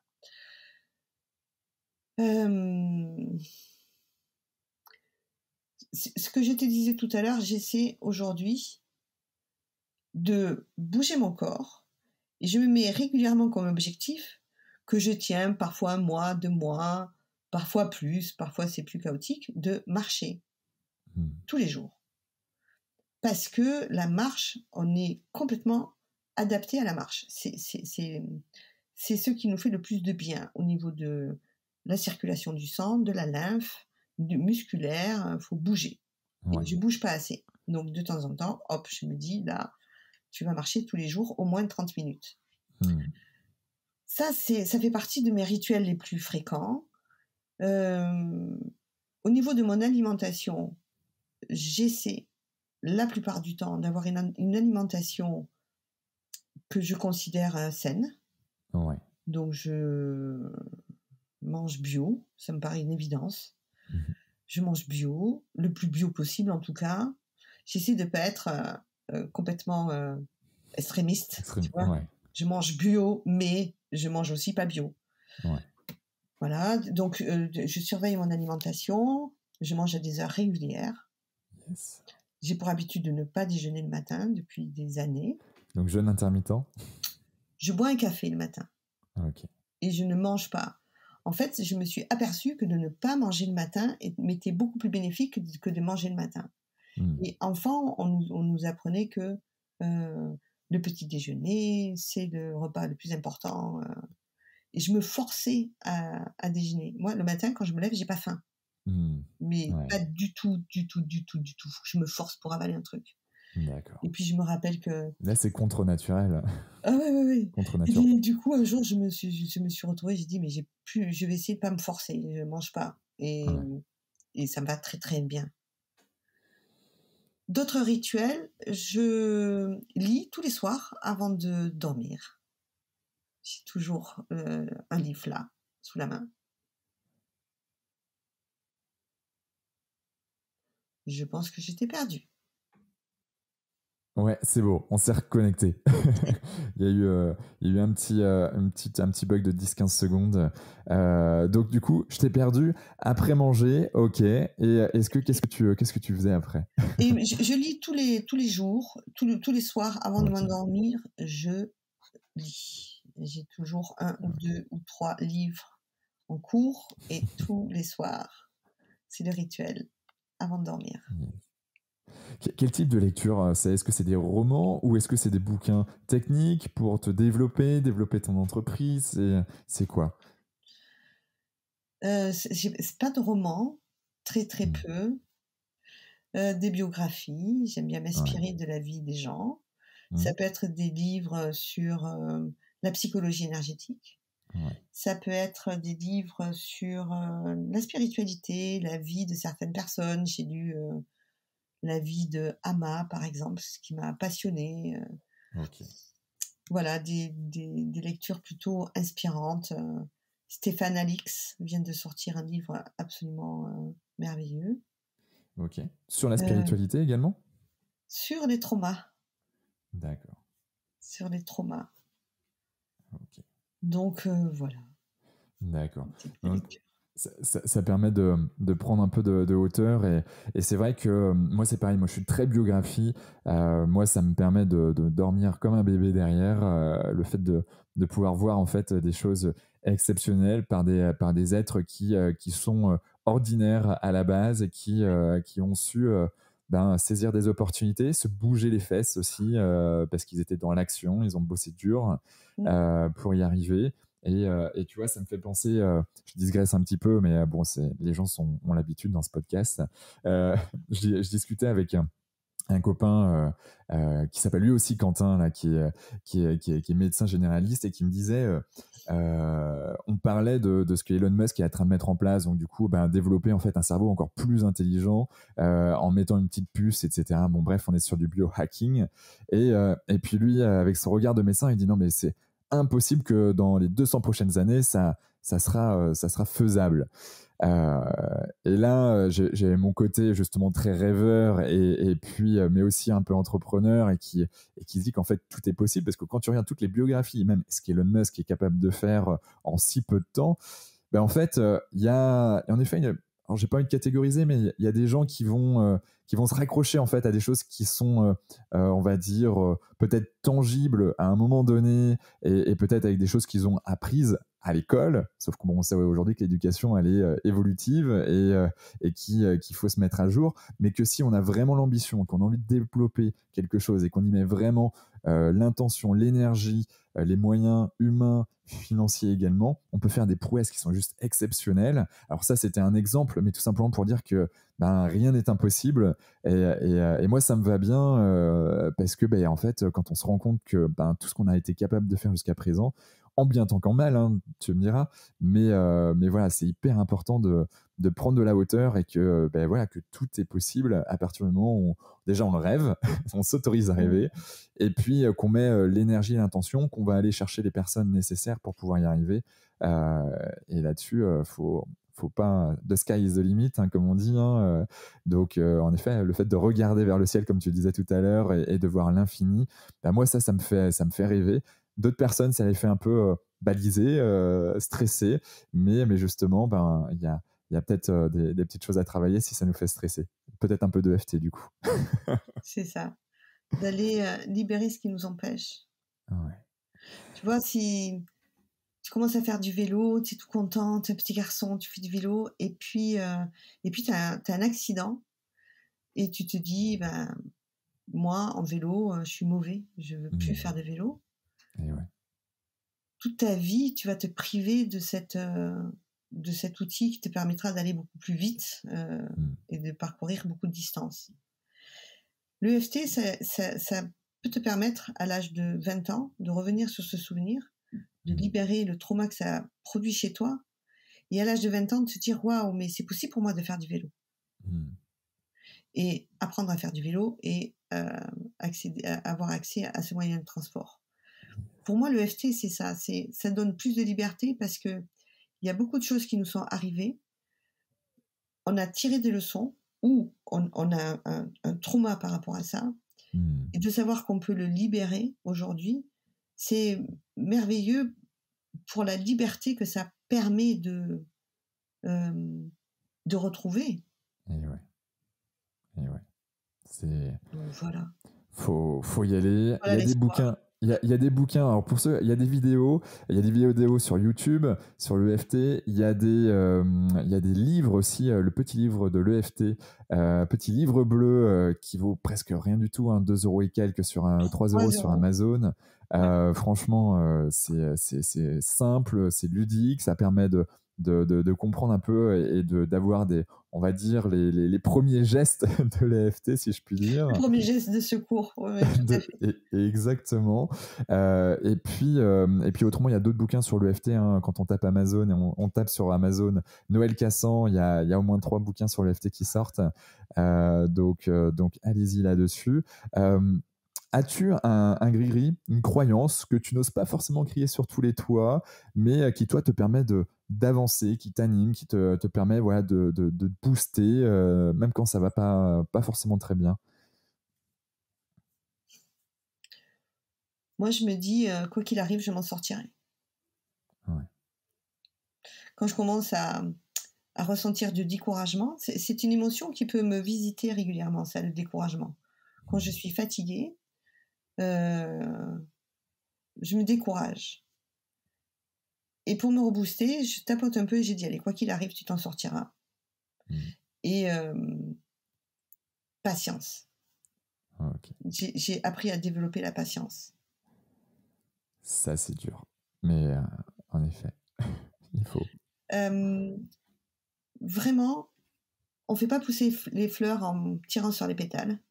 Il y a des choses qui prennent du temps et il faut savoir l'accepter. J'étais un peu impatiente, mais comme beaucoup sans doute. Mais voilà, de temps en temps. Et puis l'impatience amène l'agacement, l'irritation, ça peut aller jusqu'à la colère, l'énervement et surtout de l'agitation et pas de l'action. Et donc, j'apprends à patience. Et je me dis, ça va arriver, quoi qu'il arrive. C'est inévitable, en fait. Les fourmis, tu vois, c'est elles qui sont les plus grandes bâtisseuses. C'est clair. Petit peu, par petit peu, par petit peu, un pas après l'autre. Patience. Continue à faire ton travail et tu vas voir que le château sortira de terre. Peut-être ça mettra 1 an, peut-être ça mettra 3 ans. Tais-toi, bosse. Ça va, tout va bien, bosse. Ouais. Fais ce que tu as à faire. Sois dans l'action. Et moi, ça m'encourage. Je m'auto-encourage, on va dire. Ouais. Je m'auto-encourage à travers cette vision-là. Un pas après l'autre. Ok. Le step by step est hyper important. On le sous-estime. Et ouais. Un pas après l'autre. Tu poses des actions. Ouais. C'est inévitable. C'est inévitable. Ouais. Comment on peut te joindre, Noël ? On a ton site internet www.noelcassan.com. Et voilà. Sur les réseaux sociaux, je suis sur Facebook, j'ai une page. Ouais. J'ai une page, c'est un profil. Instagram est un réseau que je maîtrise pas du tout, j'y vais jamais. Ok. Bon, mais voilà, Facebook et mon site internet. Ouais.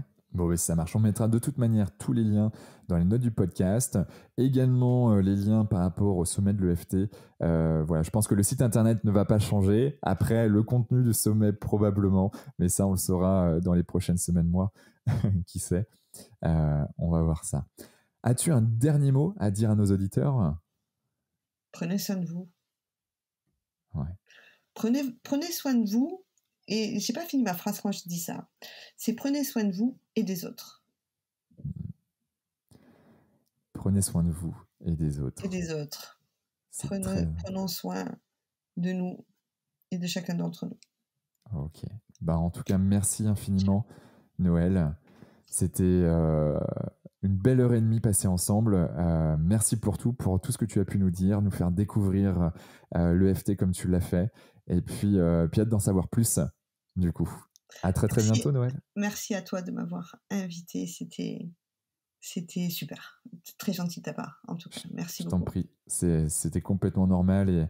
Et qui mieux que toi pour parler de l'EFT comme tu l'as fait. Merci. À très bientôt, Noël. Ciao, ciao.